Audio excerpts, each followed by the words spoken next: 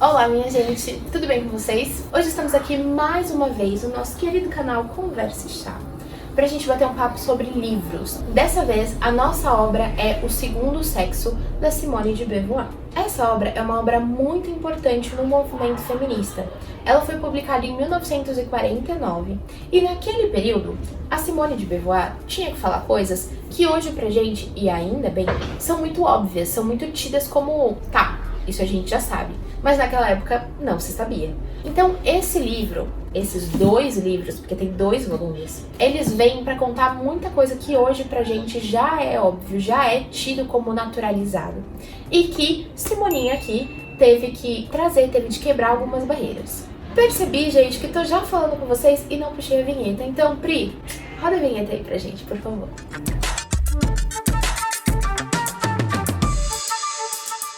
Gente, me empolguei, tava aqui falando com vocês, entendeu? Por quê? Porque esse livro é um livro que me deixa um pouco tensa. E eu vou dizer pra vocês o motivo.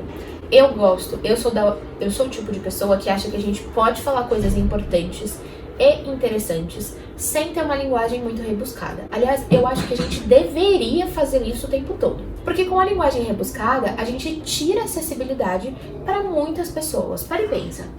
Uma pessoa com uma formação, principalmente quando a gente olha para o Brasil, para nossa realidade, em que educação não é uma coisa que todo mundo tem acesso, em que leitura não é uma coisa que seja um hábito da maioria da população, a gente pensar em usar palavras ultra rebuscadas faz com que a gente esteja excluindo uma boa parte das pessoas. Então, eu sou da opinião de que a gente tem de ter sim uma linguagem muito acessível, muito tranquila, para que todo mundo possa entender. Não é o caso desse livro. Esse livro aqui, ele tem essa obra, né, esses 2 livros aqui, tem uma linguagem bastante rebuscada.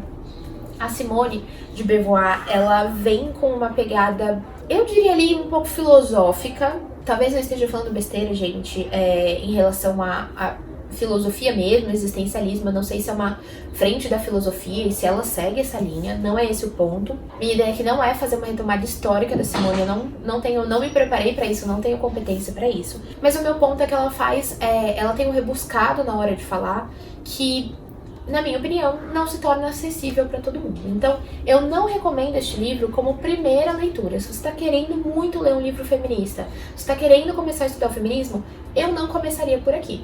A menos que você esteja super confortável em lidar com linguagens difíceis. E por quê? Vou explicar. Bom, ele é dividido em 2 partes. O primeiro volume é um momento, inclusive o nome dele é O Mundo Sempre Pertenceu aos Machos. O que ela faz nesse primeiro livro? Ela vem trazer toda uma contextualização histórica, biológica, psicanalítica, nos dizendo que as nossas sociedades, as sociedades em que a gente já existiu, elas sempre foram machistas, sempre foram patriarcais, que sempre houve uma colocação da mulher em segundo plano. E eu achei esse ponto muito interessante, porque ela faz essa retomada que me dá um pouco de dúvida, né? Sempre pensei, de onde vem o machismo? Quando que a gente começou a fazer isso, a colocar a mulher em segundo plano e ter um poder muito focado no homem? Mas eu acho que fica bem difícil, assim, ela aprofunda bastante. Então, quando ela vai falar de biologia, ela fala mesmo de biologia, ela fala de espécies diferentes, ela fala, sei lá, de abelhas, eu acho, ou de formigas, enfim, ela vai na profundidade e pra mim se tornou muito cansativo. Quando ela falou de psicanálise, por exemplo, eu sou formada em psicologia e na minha faculdade a gente teve muito acesso a muito texto de psicanálise, que é uma linguagem que não é comum, que não é uma coisa que a gente tem super naturalizada. Então, eu já tendo acesso a essa linguagem, senti que beleza, consegui entender aqui alguns dos pressupostos que ela coloca, algumas ideias. Mas não é uma coisa que qualquer pessoa vai de cara sacar. Por quê? Porque eu tive esse estudo prévio e ainda assim eu fiquei meio, tá, lembrei. Então, eu achei difícil por este motivo. O segundo volume, Ninguém Nasce Mulher, Torna-se Mulher, foi um volume que eu gostei mais, porque aqui ela contextualiza bastante, então ela vai trazer todo esse olhar de, bom, fui buscar aqui na biologia, na psicanálise, na história, ela dá toda essa contextualização, quase como se fosse uma revisão bibliográfica, e aqui ela vem colocar a tese dela, então, de que a gente não nasce mulher, a gente se torna mulher, ou seja, ela vem trazer a ideia muito conhecida hoje em dia, de que gênero é uma construção, de que o que a gente chama de coisa de mulher não é naturalmente uma coisa de mulher. É uma coisa que a sociedade disse que era de mulher. Então, é muito interessante porque é uma coisa que é um aspecto, é uma ideia que a gente já tem absorvida. E foi interessante porque eu vi uma evolução, né, de 1949, que é quando ela publica, até os dias de hoje. Eu falei, putz, de fato conseguimos evoluir, boa mundo. Ainda tem muita coisa pra caminhar e a gente sabe disso. Mas, como eu não tinha essa contextualização, como eu não parei pra pensar quando ela escreveu o livro, pra mim era, tá, e daí? Mas o que ela tá falando de novo? Por que ela contribui tanto? Ou seja, eu li sem a contextualização. Por isso é muito importante a gente fazer uma contextualização do livro que a gente vai ler, pra que não aconteça isso. Eu fiquei ali em pleno sofrimento, esperando uma grande novidade que ela ia me contar, quando na verdade eu tava estudando história. Eu tava olhando lá pra trás e pensando em que momento alguém contou essa novidade para o mundo, uma coisa que eu já sabia. Então é muito interessante por conta disso. É muito interessante e muito complicado ao mesmo tempo, né? Porque pra mim foi bem frustrante a leitura por conta disso, de não ter parado pra contextualizar. Nesse segundo volume, eu achei ele muito mais bacana, porque aí ela começa a aplicar e nos dizer os papéis sociais que a mulher exerce, então de filha, de mãe, de esposa, e o tanto de peso que se coloca sobre eles. Então, uma coisa que pra mim marcou muito, por exemplo, foi... Provavelmente vocês têm ou já tiveram alguma familiar, mãe, tia, avó, que é a maníaca da limpeza. Que a gente fica pensando o tempo todo, nossa, mas tá o tempo todo limpando a casa, a gente acabou de tomar café, já quer tirar tudo, já quer limpar, a casa tem que estar sempre limpa, parece que não tem ninguém vivendo na casa de tão limpa que tá. Pois bem, Simone vem nos contar aqui o motivo disso. Que é, e aqui de um jeito bem resumido, leiam pra vocês terem a opinião de vocês, tá? Mas falando da minha interpretação, o motivo disso é, dado que em muitos casos o único papel que a mulher consegue assumir é de dona de casa, é muito importante a gente pensar que a casa é o produto do trabalho dela. Então ter uma casa suja e desarrumada diz muito sobre o trabalho dela. Por isso essa fixação em estar sempre com a casa limpa, com a casa arrumada, pra mostrar pro mundo o valor que ela tem, já que o mundo mede o nosso valor pelo nosso trabalho. E se é uma mulher que tá só com este tipo de trabalho, é natural que ela vai estar sobrecarregada, sempre frustrada, porque não há casa que se mantenha limpa o tempo todo, certo? Bom, esse foi um dos exemplos que eu pensei daqui e que eu achei interessante trazer pra vocês.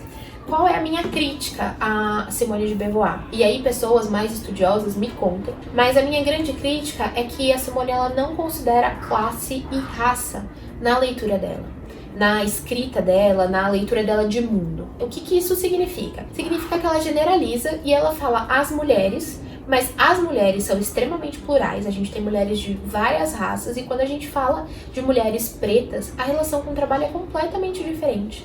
Aqui ela fala sobre mulheres que só cuidam da casa, só cuidam da educação dos filhos, e a gente sabe que com a mulher preta isso nunca foi uma realidade. A mulher preta sempre teve de sair para o mercado de trabalho porque ela precisava daquele dinheiro. A mulher branca sempre teve muito mais acesso a questões financeiras, a maridos mais ricos do que as mulheres pretas. Então isso já faz toda a diferença.